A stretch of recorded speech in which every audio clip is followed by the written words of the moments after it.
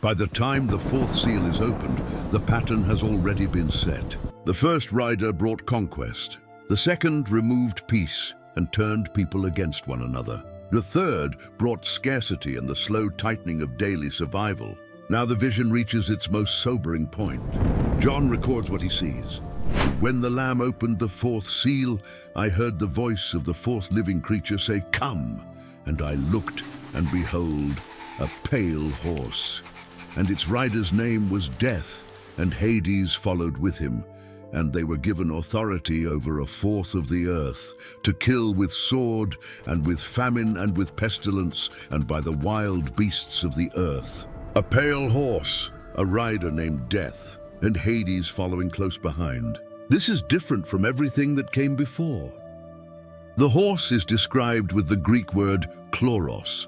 It is not a bright color. It is the sickly green of a corpse, the ashen look of decay, the pale shade that appears when life has already left the body.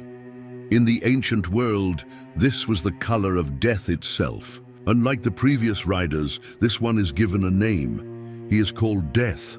The text does not leave us guessing, and behind him comes Hades, the realm of the dead, the place that receives what death has claimed.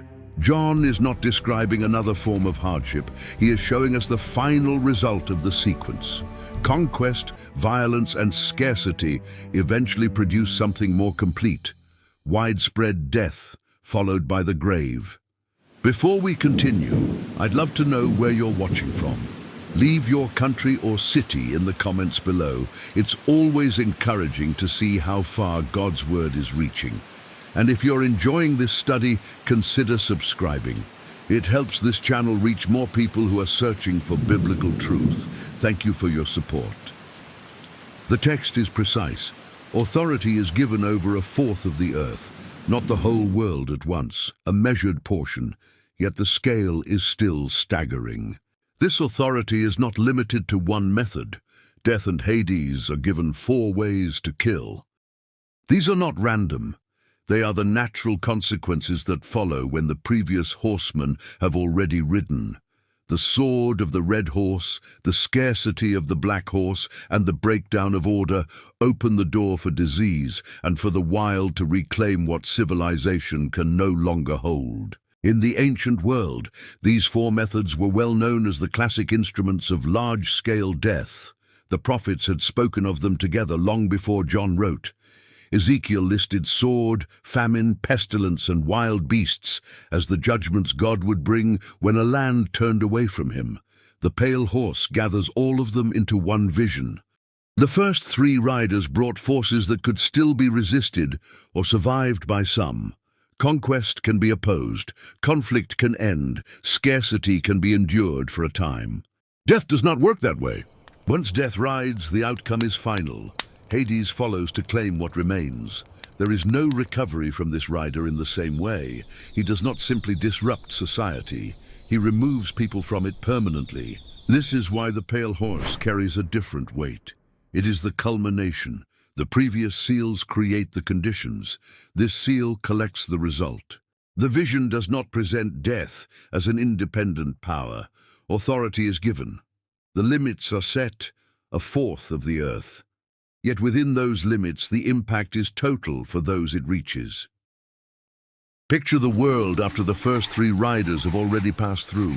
Cities that once held order now stand half empty. Streets where people used to walk freely are quiet. The markets that struggled under the black horse have gone silent. Homes that survived the violence of the red horse now sit dark.